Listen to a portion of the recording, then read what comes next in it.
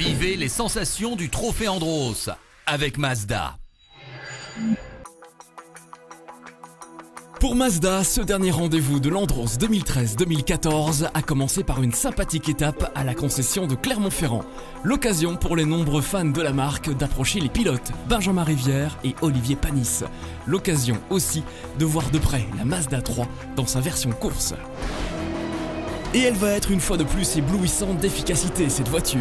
La preuve avec la très belle deuxième place d'Olivier Panis en qualification. Au départ, Olivier surprend le champion en titre et lui ravit la première place dès le premier virage. Panis prend très vite le large, mais il sera finalement rejoint par Dérault. S'ensuit un magnifique balai. Le pilote Mazda garde le contrôle de la course pendant plusieurs tours, puis il se fait attaquer par le poleman. Les deux hommes se frôlent, Panis résiste, mais la roue arrière gauche de la Mazda est endommagée dans l'aventure. L'ex-pilote F1 ne peut plus rien tenter, il terminera à une très belle deuxième place.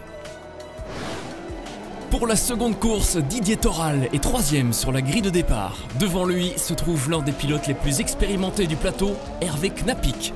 Durant toute la course, le pilote Mazda va lui mettre la pression.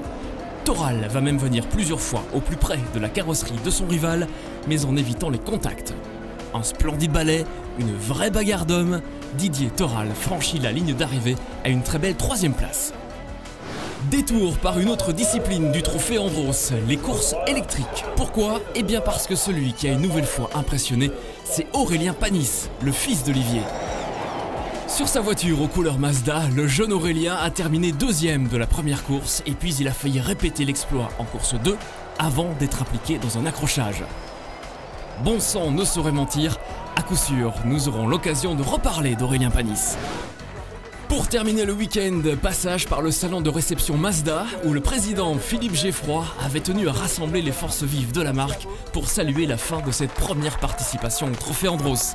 L'aventure a été intense, le défi à relever était de taille. Au soir de cette dernière épreuve, c'est l'occasion de regarder dans le rétroviseur. On a pu constater qu'au début on n'était pas du tout dans le coup, on a beaucoup galéré, il y a eu énormément de travail réalisé par les équipes techniques, il y a eu des tensions parce que quand on ne gagne pas avec des pilotes de talent, les pilotes sont déçus forcément et on les comprend et on était déçus pour eux.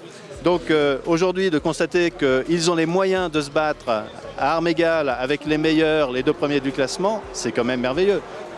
Si vous ne deviez retenir qu'une seule image de ce trophée, c'est difficile je sais, mais une seule image, ce serait laquelle? Alors je pense que la plus belle image, c'est quand Olivier Panis fait ses dépassements à Lens-en-Vercors dans l'épingle à cheveux, c'est tout simplement bluffant. Et c'est là qu'on voit que l'équipe a retrouvé la niaque, la pêche et que un gars comme Olivier Panis est capable d'exprimer tout son talent sur la piste et de façon absolument remarquable. Rendez-vous est déjà pris pour le Trophée Andros 2014-2015, une saison qui se prépare dès aujourd'hui et qui sera à suivre évidemment sur Mazda.fr. Vivez les sensations du Trophée Andros avec Mazda.